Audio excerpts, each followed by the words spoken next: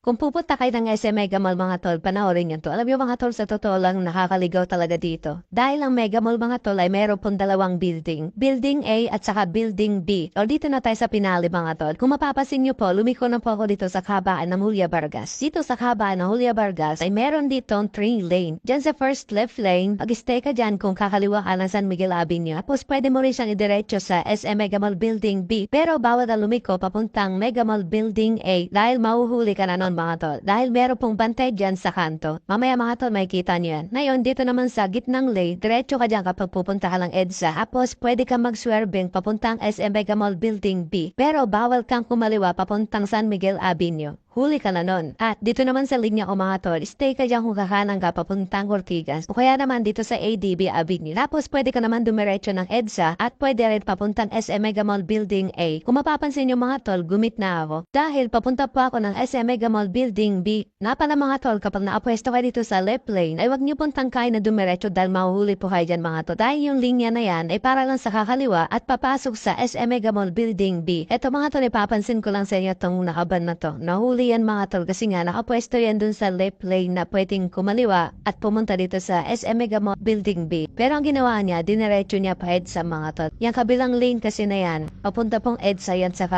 Mega Mall Building A.